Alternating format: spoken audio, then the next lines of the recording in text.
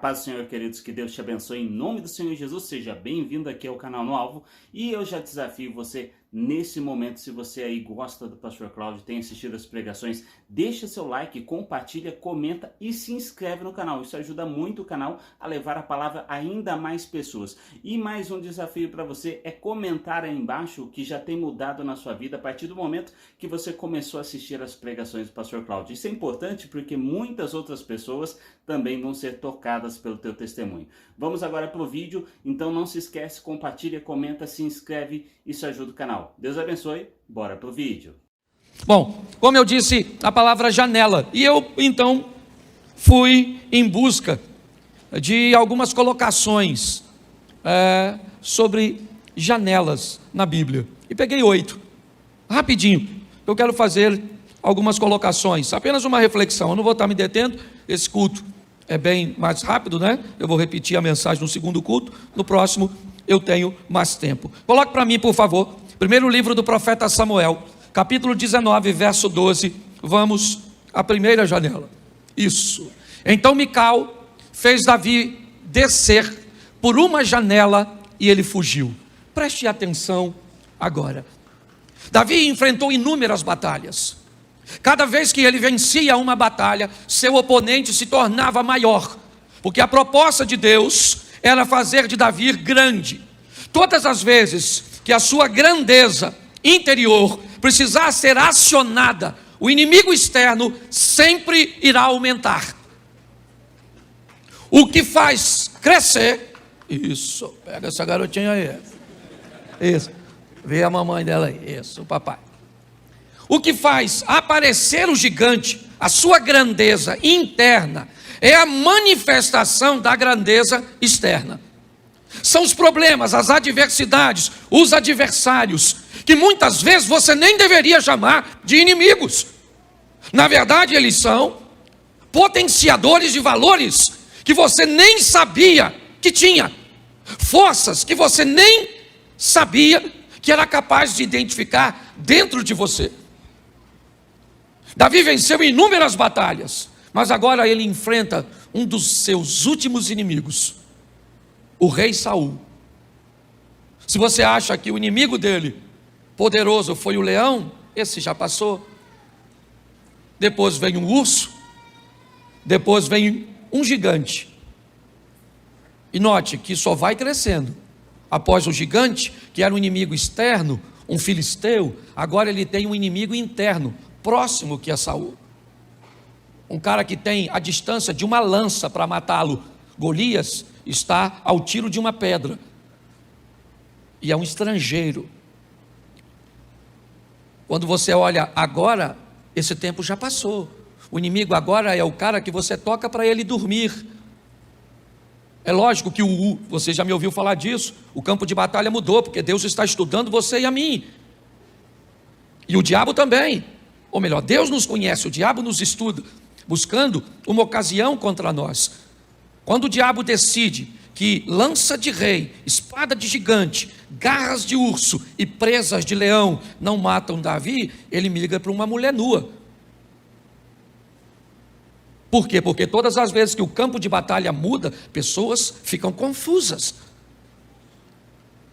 Mas preste atenção, porque uma janela da casa de Davi, uma mesma janela que provavelmente trouxe problemas para ele quando ele dançava, e a mesma mulher que o criticou, agora faz com que a janela daquela casa sirva de fuga para seu marido. Mical vai defender Davi de seu próprio pai. Ela só não morre por ser filha do rei. Qualquer outro que tivesse se colocado entre Saul e Davi teria morrido. A única pessoa que poderia salvar Davi e continuar viva naquela ocasião era Mical. E por onde ela fez Davi descer? Por uma janela. Ludibriou os soldados colocando, ou forjando na cama de Davi, uma imagem, um ídolo para se passar por ele. Mas pastor, qual é o significado? E é isso que eu quero falar, a janela do amor. Uma janela que quando se abre faz pessoas fazer por você coisas que ninguém faria. Uma das janelas mais belas É ver alguém fazer por você algo extraordinário porque te ama. Te apresentar um Cristo que pode tirar e livrar você da morte porque te ama. Buscar uma situação onde pode te aconselhar e te fazer o bem e te afastar do mal.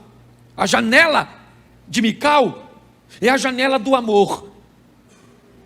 Aquele momento onde um ambiente muda, porque a pessoa coloca a sua própria vida em risco para salvar a sua.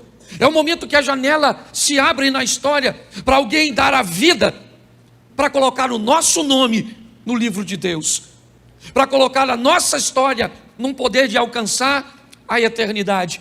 A janela de Mical me inspirou a olhar e ver como o amor é capaz de alcançar pessoas. Uma janela que estava aberta, é verdade, mas que anda se fechando. A cada dia que passa, o amor se esfria. As pessoas estão menos preocupadas ou sensibilizadas com aquilo que está acontecendo na vida do outro. Parece que o que vale é a minha vida, o que importa é o que eu estou vivendo.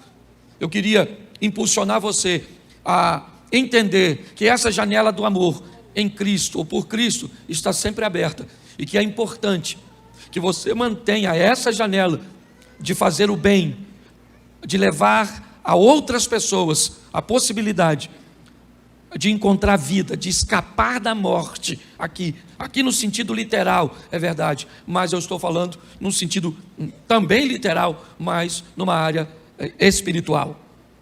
A segunda janela que eu quero mostrar para você tem que ser rapidinho. Josué capítulo 2, verso 15. Me ajude aí. Josué 2, 15. É a segunda janela. Isso. Então Raabe os ajudou a descer pela janela com uma corda, pois a casa em que morava jazia perto do muro da cidade. Preste atenção. A janela da casa de uma prostituta. Aliás, diga-se de passagem, uma confusão tremenda. Porque como é que Deus leva seus missionários, emissários, espias, coloque como você quiser, justamente na casa de uma prostituta? O último lugar que esperaríamos ver Deus é num ambiente desse, um ambiente promíscuo.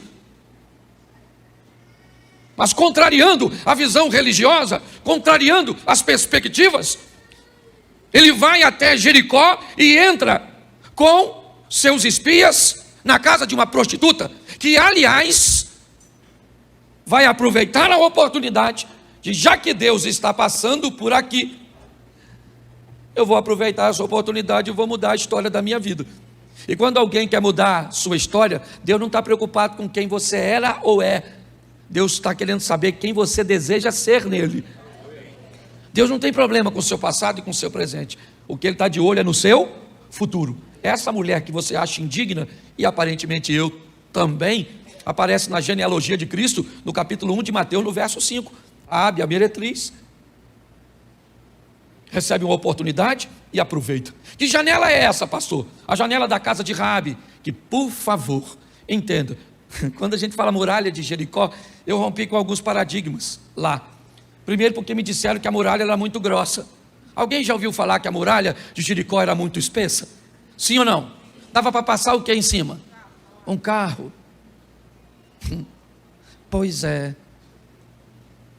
Aí eu fui lá e perguntei a um arqueólogo, antropólogo, historiador, qual era a espessura. Ele me disse: pastor, aproximadamente de 80 centímetros a 1,5 metro. Eu falei: não pode. Ele disse: por que não pode? Eu falei: porque Raabe morava em cima do muro. Ele me disse: ninguém morava em cima de muro nenhum, porque o muro era um local de passagem para os soldados combater os inimigos que moram do lado de fora, ou que atacava pelo lado de fora. Se alguém mora em cima do muro, quando o soldado chega naquela, como é que ele passa para combater? Aí eu falei: é mesmo. E ele me disse outra coisa: na época inserida da muralha não existia armas de arremesso, o que indica que ninguém tinha como transpor aquelas muralhas com equipamento bélico. Ele disse: depois a muralha engrossou por causa das armas de arremesso. Depois não adiantava mais engrossar, porque veio os mísseis. Eu fiquei só escutando. Eu falei: mas eu quero saber por que o pessoal engrossou.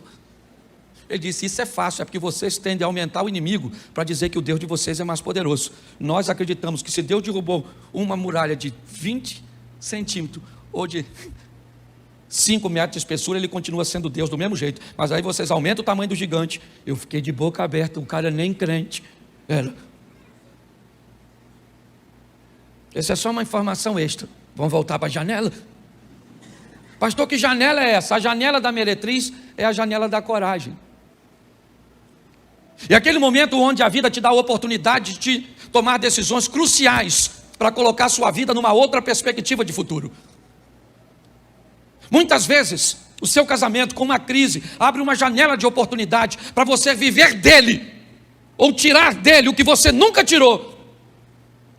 Muitas vezes a perda de um emprego pode transformar você num empreendedor, num empresário extraordinário.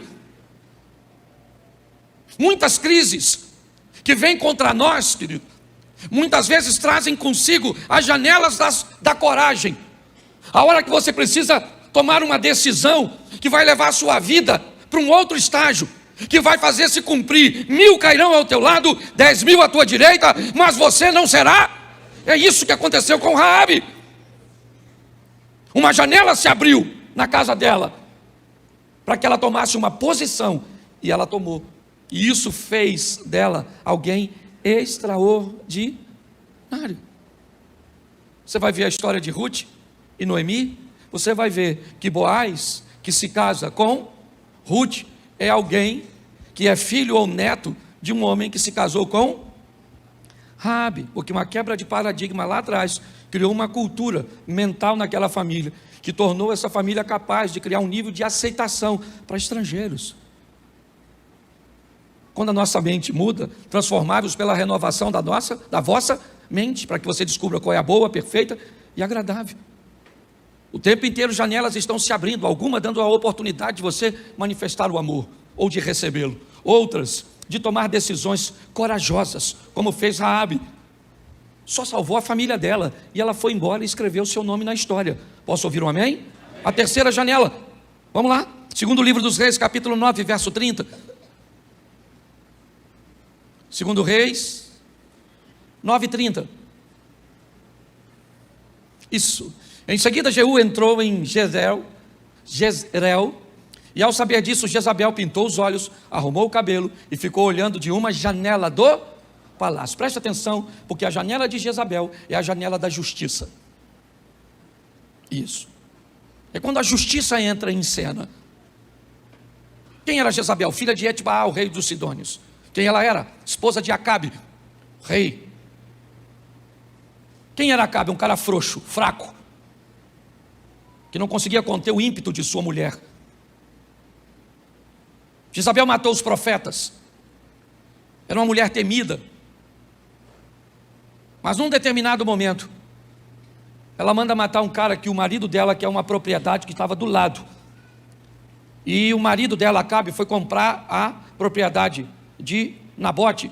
E quando Nabote disse: eu não vou vender, porque ele não podia vender aquela terra. A terra não era dele. Se você conhece um pouco da história, se você vendesse a sua terra para alguém, depois de 7 anos, ela teria que voltar. Então não se vendia a terra. Só que a cabeça, o modelo mental de Jezabel não entende isso. Por quê? Porque Acabe se prendeu a um jugo desigual. Então ele trouxe para Israel uma mentalidade que não entendia o que estava acontecendo. Esse é o grande problema. Quando isso acontece, o que nós vemos? Nós vemos um conflito administrativo dentro do ambiente onde Deus deveria estar controlando. Acabe que é fraco, Jezabel que é forte. Porque o grande questão, queridas irmãs, eu não tenho problema com mulher forte. O problema, na verdade, são homens fracos. A verdade é essa: mulheres não se vestem mais. A cada dia que passa, elas vão ficar mais nuas. É assim que funciona. Hoje mulheres vêm para a igreja com roupas que eu olho como pastor e digo: sangue de Jesus tem poder. E olha que nós não somos uma igreja daquela xiita, mas tem irmã. Esse dia eu vi uma irmã, falei: sangue veio para a igreja e vem aqui. Às vezes, sobe, eu estou ali, a minha mulher já me olha, como quem diz, vai fazer alguma coisa? E eu falei, olha. Você pensa que é brincadeira? Mas não é não. O que acontece é que hoje, homens, aprendam uma coisa, elas vão continuar, e muitas, é difícil falar isso, elas vão continuar diminuindo a roupa, e você vai ter que aprender a direcionar o olhar, e descobrir o que é que te pertence e o que é que não te pertence. Se o homem não souber fazer isso, ele vai estar perdido. Visões diferentes. Quando olhamos para esse texto, o que vemos? Nabote não vende a vinha para Acabe. Acabe vai chorar. Quando Acabe chora, a mente de Jezabel fica confusa, porque ela vem de uma cultura onde a força do monarca, onde o poder, o rei é poderoso, e ninguém diz não para ele, porque até o ar daquele ambiente pertence ao monarca. Cada árvore, cada pássaro, cada bicho, cada pessoa, numa monarquia, ninguém tem nada a não ser o rei. Por isso que quando alguém coloca Jesus como o rei da sua vida, tudo que ele tem passa a ser de Jesus. Jezabel não entende, porque ela está olhando seu marido chorando. Ela vai lá e diz, ô Acabe, o que foi? Ele falou, o Nabote não quis me vender. Ela falou, o quê? Você é rei de Israel? Eu vou te mostrar o que é rei de onde eu venho, camarada. Para de chorar, que já foi lá, manda matar o Nabote. Mandou matar o Nabote, voltou e falou assim, Acabe, levanta, enxuga as lágrimas e vai lá, porque o Nabote já é morto, a vinha é sua. Tá bom, esse é o estilo de vida. O texto que lemos, Jeú está chegando, e Jezabel sabe que as coisas não estão boas para ela. Por quê? Porque a janela da justiça está chegando para ela. E quando a janela da justiça chega, o amor pode ter chegado primeiro. É verdade, e ele sempre chega. Mas saiba de uma coisa, o Deus que é amor também é justiça. Jezabel então se pinta, se arruma e olha por uma janela cuja qual ela vai ser empurrada a mando de Jeú. Num ambiente cujo qual nem funeral teve, porque os cães devoraram ela, porque demoraram. Assim que Jeú soube que ela estava morta, Jeú disse assim, vamos comer alguma coisa primeiro, e depois a gente volta para enterrá-la. Enquanto eles estão lanchando, os cães estão devorando Jezabel. Quando eu olhei essa janela, a janela de Jezabel é a janela da justiça. É Deus dizendo para mim e para você, cuidado, porque a hora que a janela da justiça abre, ela pode transformar a sua vida de uma forma maravilhosa, trazendo justiça, trazendo prosperidade, trazendo vitória para você. Mas ela pode também trazer uma justiça, que com certeza ela vai estar meio que equivalente com aquilo que você ofereceu e merece receber. Posso ouvir um amém? Amém. Pelo menos está avisado para todos nós. Gênesis 6,16. Vamos à quarta janela. Gênesis 6,16. Isto. Faça ali um teto com um vão de 45 centímetros entre o teto e o corpo da arca. Coloque uma porta lateral na arca e faça um andar superior, um médio e um inferior. Deixa eu ler na minha tradução. Farás na arca uma janela, a primeira medida que você está vendo, de um côvado, e acabarás em cima, e a porta da arca porás ao lado. Farás andares, baixo, segundo e terceiro. Deixa eu só te dar uma informaçãozinha também para efeito de organização na sua mente. Quando você via os filmes de antigamente, de Noé e os animais indo, lembra que você via um elefante grandão, sim ou não? Uma girafa grandona, sim ou não? Um leãozão grandão, sim ou não? A Bíblia nunca disse isso. A Bíblia apenas disse que era um casal. Quanto menor fosse o bicho, mais fácil de estabelecer a logística, menos risco, ok? Se teria para lidar com isso. Então tire da sua mente o elefante que disseram que era de 5, 6 toneladas e coloque um dos 300 quilos. Tire a girafa do pescoção e diminua o pescoço da bichinha. Tire o leãozão e bote um leãozinho. Você consegue entender? Dá para ampliar a mente. ou então vai ter que construir um Titanic para transportar essa estrutura. É mente. Quando nós olhamos para esse texto, o que Deus está dizendo é: na arca tem uma porta que você não abre nem você fecha. Lembra? Quem fechou a porta da arca foi quem? E quem é que vai abrir? Mas tem uma janela. Pastor, que janela é essa? Essa é a janela da memória. Isso. Trocou aqui a tradução, brigadão. Certo? Então o que acontece é o seguinte: é por ali que Noé media. É por ali que ele soltava um corvo, é por ali que ele soltou a pomba, é por ali que ela traz o ramozinho de uma oliveira. É por ali, sabe? É o texto dizendo que Deus se lembrou de Noé, ainda que ele nunca tenha se esquecido. Mas quando ele age, parece que a palavra lembrança esteja diretamente ligada ao que ele está fazendo.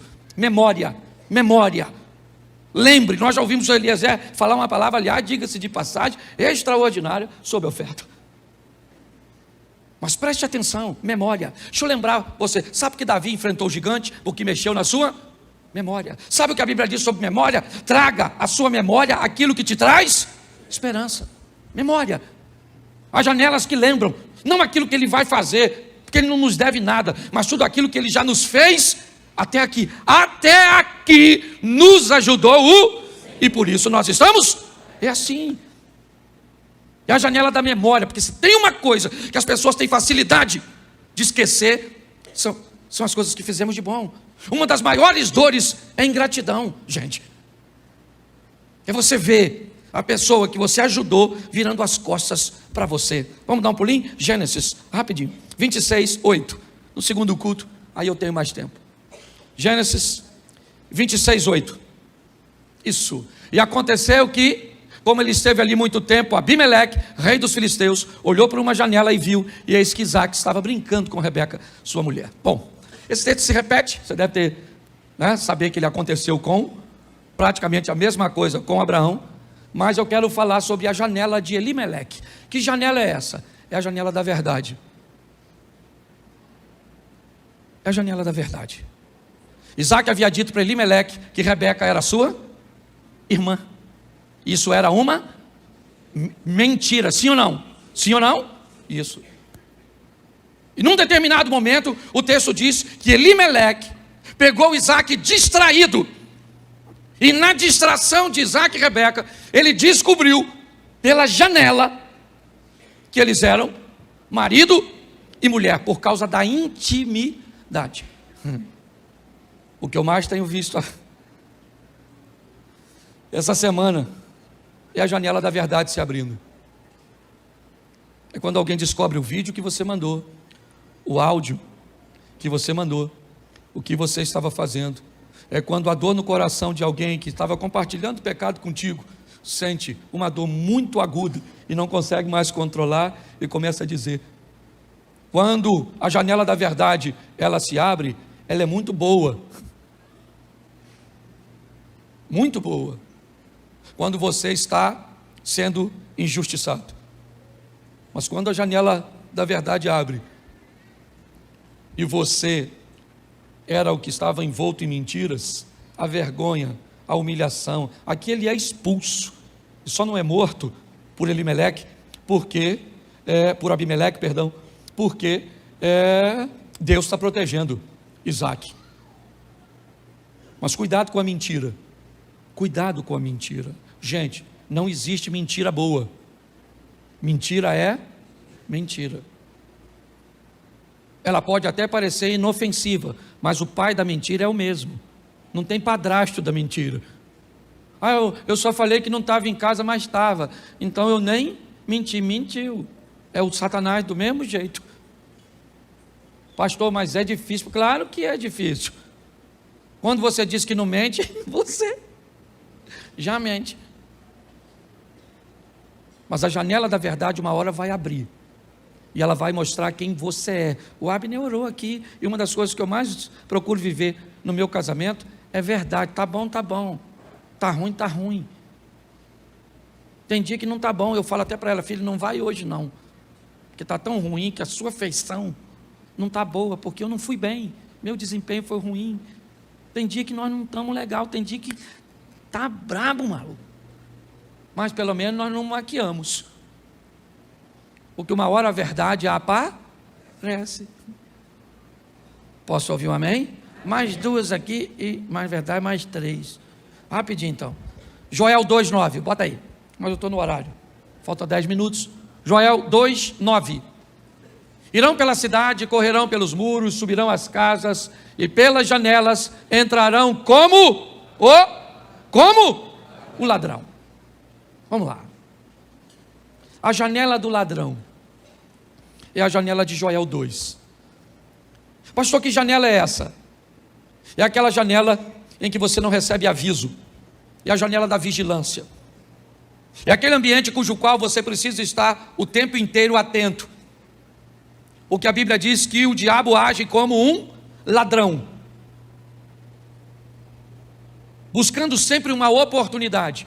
E o tempo inteiro, por isso, aprenda uma coisa, igreja. Antes de perguntar quem é, todas as vezes que chegar alguém na sua rede social, nos seus negócios, no seu ministério, antes de perguntar quem é, pergunte quem te mandou. A Bíblia diz que bendito é aquele que vem em nome do... Então, se quem vem em nome do Senhor é bendito, quem não vem é maldito. Quando os gibeonitas enganam Josué, Deus fica quieto. Deus fica quieto. Os caras se vestem, se maquiam, se preparam para contar para Josué uma mentira. E eles chegaram. Estamos vindo de longe, nosso pão está mofado, nossa roupa está envelhecida. Eles não ofereciam ameaça nenhuma no momento. Só que Josué esqueceu de perguntar a Deus, ou de buscar, muito mais do que quem vocês são, é quem é que está mandando você para a minha vida. Quem é? Você está interessado em me namorar? Você quer casar comigo? É isso? Quem é que está mandando você para a minha vida? Você quer ser meu sócio? Quem é que está mandando você? Você quer ser membro da minha igreja? Quem é que está mandando você? Quem é que está enviando você para cá? Quem mandou você para a minha vigilância? Ou para a minha vizinhança, perdão. Esses dias eu vi uma situação, tinha uma casa para alugar, um pessoal foi lá e mudou para a casa do lado. Eu não vou falar porque mas uma casa do lado. E o que eles fizeram? Ali eles se estabeleceram durante um período e sequestraram o membro da família do lado. Você consegue entender isso? Vigilância, irmãos. É uma janela que tem que ficar sempre em alerta, para que você e eu possamos entender isso. Vamos lá? Atos dos Apóstolos 20, verso 9, a 7ª janela. Isso. E estando um certo jovem, por nome Eutico, assentado numa janela, ele caiu do 3º andar, tomado de um sono profundo, que lhe sobreveio durante um extenso discurso de Paulo, e foi levantado morto. Preste atenção, essa é a janela do jovem, é a janela da distração. Porque cá convenhamos, a janela é um bom ambiente para você não prestar atenção, nem no lugar nem no outro. Nem aqui nem ali, ele está sentado na janela, é verdade, ele se distrai, ele acaba adormecendo. Provavelmente ele esperou que as coisas terminassem antes, mas não terminou. Talvez ele esperasse que o discurso estivesse mais eloquente, mas não estava. Que as coisas estivessem mais agradáveis, mas não estavam. O discurso foi longo, foi extenso. E nesse momento, olhando para fora, olhando para dentro, provavelmente uma corrente de ar que trazia uma frescura naquele ambiente, ele acaba adormecendo. Distração. Eu li um livro esses dias que falava sobre o bairro das distrações. Um dos capítulos era exatamente isso, o bairro das distrações. Alguém que está caminhando da vida, do nada para o tudo, e no percurso ele entra num bairro, rapidinho, só para tomar um café. Era 8 horas da manhã, quando o personagem do livro entra no bairro das distrações. Sabe que horas ele saiu de lá? Quase ao anoitecer. Por quê? Porque tinham tantas coisas para distraí-lo, que ele esqueceu. O bairro das distrações, o ambiente que busca te distrair, tem a proposta em si de impedir que você continue progredindo, ou então que você atrase muito, né, a sua viagem. Cuidado com as distrações. Aprenda, são janelas. É o que Deus está falando comigo e com você. Te distrair é algo extraordinário para o mal, porque faz você perca a coisa mais valiosa que você tem. O que é? Tempo. É manter você num lugar onde você não caminhe. Quando eu vi aquilo, ele foi ali, mas aí ele passou na frente de uma loja, ele viu e tinha alguém, e ele foi bater um papo com fulano. Quando ele deu por si, já estava anoitecendo, e ele ficou tão distraído que esqueceu de dar sequência. Está assim de gente, ó. Sua vida não anda porque você está sempre distraído, envoltos numa série de coisas que não está trazendo benefício nenhum para você. E vamos lá, o último. Bota para a gente, eu termino aqui. Segunda carta do apóstolo Paulo aos Coríntios, capítulo 11, verso 33. 2 Coríntios 11, 33. E fui descido num cesto por uma janela da muralha, e assim escapei das suas mãos. A última janela é a janela do livramento. É aquela janela que parece que Deus abre em última instância, para mim e para você. O apóstolo Paulo está escapando, como ele mesmo disse, amarrado num cesto, descendo por uma janela. Um momento que dá a ele a capacidade ou a condição de fugir de um ambiente cujo qual lhe retiraria a vida. Irmãos, o tempo inteiro, deixa eu pegar aqui e a gente termina, é o amor que vem em janelas que abre ou que fecha para você, é a coragem que faz você tomar decisões ou não que mude sua vida, é a justiça que traz para você coisas boas ou que traz para você coisas ruins. Isso é justiça, é trazer o que você merece. Memória é a janela que faz com que você se lembre de tudo aquilo que você já viveu, e talvez isso defina o seu comportamento. Davi só enfrentou Golias, ele foi bem claro ao dizer para Saul: eu só vou encarar esse gigante porque a minha memória me diz que eu venci leão e urso. É a janela da verdade, e ela vai se abrir. Pode ter certeza que ela vai mostrar para todo mundo, uma hora ou outra, quem você é. É a janela da vigilância, que mostra para você: fique sempre atento, cuidado, vigie o tempo inteiro. É a janela ou da distração, que é aquele momento onde você acaba se perdendo e gastando energias e forças em ambientes que não vão te levar em lugar nenhum, seja prazeroso ou doloroso. E a janela do livramento, que é aquele ambiente, eu deixei ela por último, porque talvez você precise dela hoje. Fique de pé e nós vamos orar. Depois você pode pegar as informações aí na nossa rede social, pegar a mensagem, pegar o texto, avaliar, ok? E ver nas janelas que eu te dei como exemplo, o que pode falar melhor ao seu coração. Feche seus olhos. Pai, em nome de Jesus, o tempo inteiro estamos recebendo a oportunidade do Senhor de rever nossos valores, de reavaliar nossos posicionamentos, e muitas vezes nós não entendemos que é uma janela de amor aberta. Muitas vezes não entendemos que uma hora a justiça, a verdade, ela vai aparecer.